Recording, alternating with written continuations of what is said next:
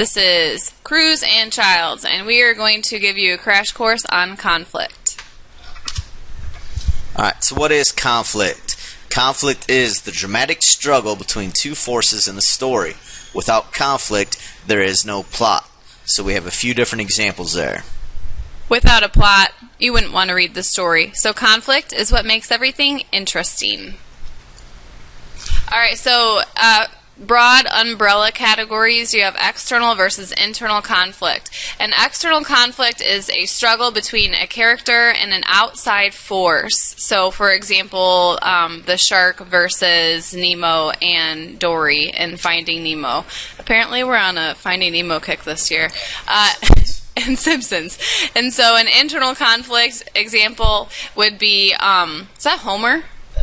Alright, Homer, with the devil and the angel, and he has to make an internal decision about what choice he's going to make. Is he going to sin, or is he going to do the right moral thing? Alright, so man versus self. Aaron Ralston, that's the guy that got his arm caught. Ignore that little pop-up screen. Aaron Ralston has to decide what to do when his arm gets caught in the crevice. So he has to make that internal decision of, man, what am I going to do? And he ends up, spoiler alert, he cuts his arm off. And there's only one type of internal conflict, man versus himself or herself, like the 127 hours that Mr. Childs just talked about. But there are numerous types of external conflicts, which we're going to go through, including man versus man, man versus society, man versus nature, man versus machine or technology, man versus supernatural, man versus animal or beast, and man versus fate. There's probably others also, but these are the ones we are going to be talking about. And then once again, the internal is man or woman versus himself, herself. So just remember that. Alright, so man versus man. Oh, these are movies I don't know even. So, people oppose other people. Ignore that again. But it is not always physical. Like here, we have a physical fight. Isn't that 007? James Bondish, I'm guessing, fighting some dude on a train. Man versus man. The Bourne Identity is he's trying to kill other people to protect himself. That's Step Up 2. That is why I do not know this one. Channing Tatum movie, Mr. Childs. What's wrong with you? Alright, well, they had to do their dance battle against the other dance group, I guess. That's not the technical term, but it's like a dance-off. So it's a man versus man conflict, because it's dance team versus dance team. Crew versus crew. Keep it real, Miss Cruz. Alright, so man versus community or society. People fight the expectations that others have for them. So my favorite is Brave. Merida has to fight against society's expectations for her to be a stereotypical princess and to marry whoever her parents choose for her. There's that annoying pop-up again. Sorry about that. And she does not take that. She's like, my name is Merida, and I will be fighting for my own hand. And so she defies society's expectations for a girl. And then you have the Hunchback of Quasimodo. Notre Dame. And do you remember that movie? That's been a long time. Yeah, I don't remember this. Basically, he's hunchback. Everybody in the town looks down upon him, and he kind of overcomes it all. Blah, blah, blah. Alright, man versus nature. This one seems to be really popular lately, and it's, as it describes, man versus nature, so man versus the wilderness. So people fight the elements of nature. It's kind of like the whole doomsday prepper thing. 2012, the world's coming to an end. So that is that man versus nature. Okay, man versus machine or technology. This type is often found in the science fiction genre, and it involves people fighting machines and technology that usually possess a mind of their own and cause problems for the main character. So the bottom right there you have War of the Worlds, those strange creatures that came and tried to zap everything. It's a really famous book by H.G. Wells, but it's also a movie. Maybe you've seen it. And then you've got iRobot, where, I'm trying to remember. Somebody created those robots, and then they grew a mind of their own and started fighting all the people, and then you have Will Smith, the protagonist, coming in and trying to defeat all of the robots. So those are examples of man versus machine / technology.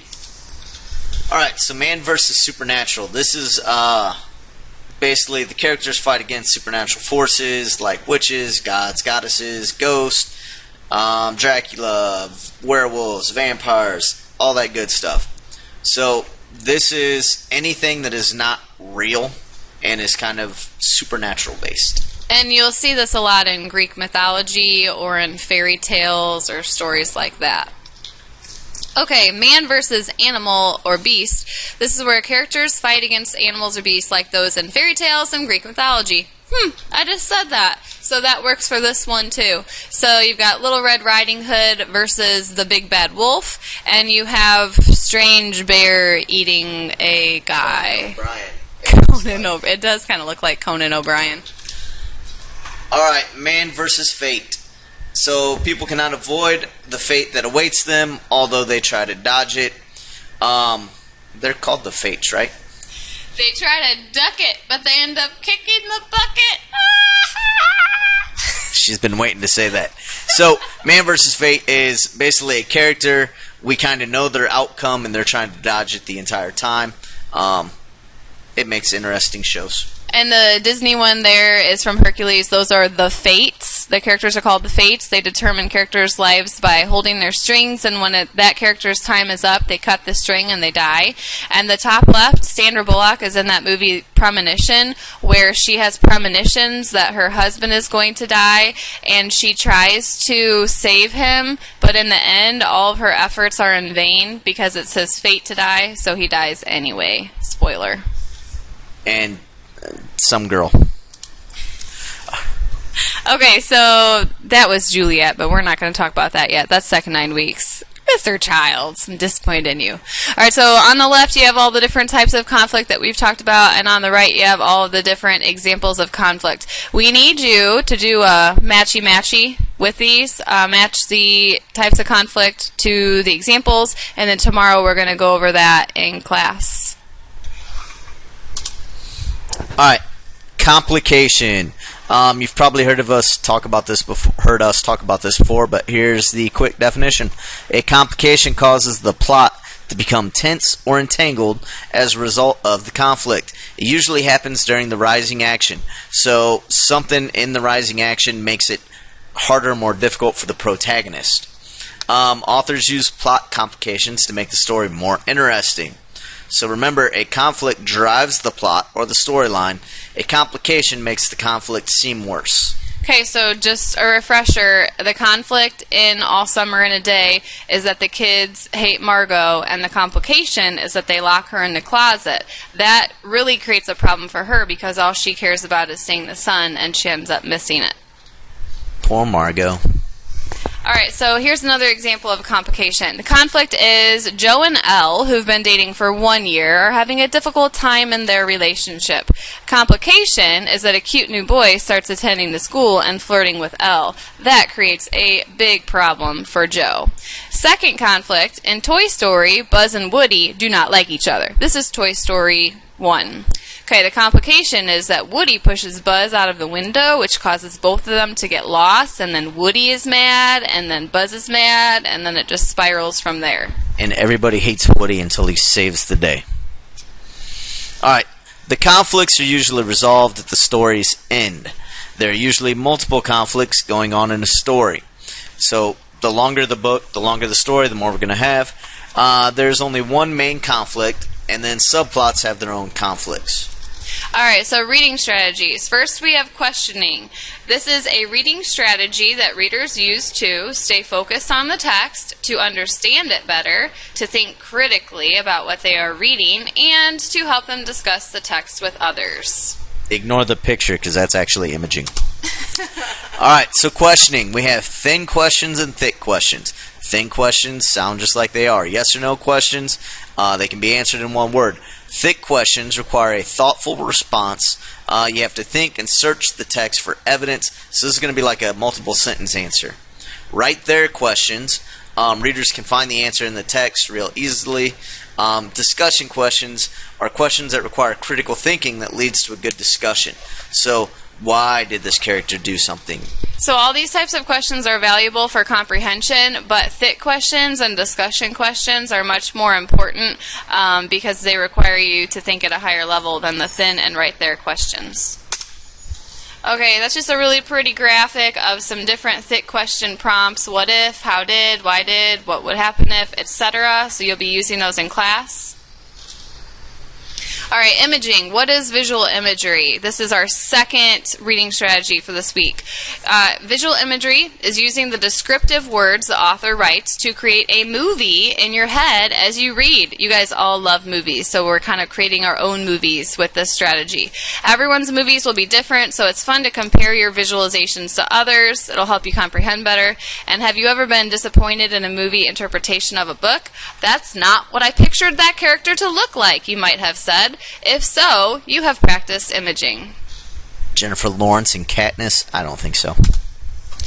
Alright, why use visual imagery? Generating an image while reading requires that a reader be actively engaged with the text. Okay, if you're picturing the story in your head, you're less likely to start daydreaming about what you will eat for lunch or who you're going to the movie with this weekend. It also keeps it more real if you have it in your head. Creating a mental image while reading can improve comprehension. No more, I read it, but I can't remember anything. You read it, and then you remember the movie in your head. You can't be lazy. Alright, and lastly, how do you visualize? First, you begin reading. You pause after a few sentences of paragraphs that contain good descriptive information. Think about what you see when you read the words. Share the image you've created in your mind and talk about which words from the book helped you draw your picture. Your picture can relate to the setting, the characters, or the actions.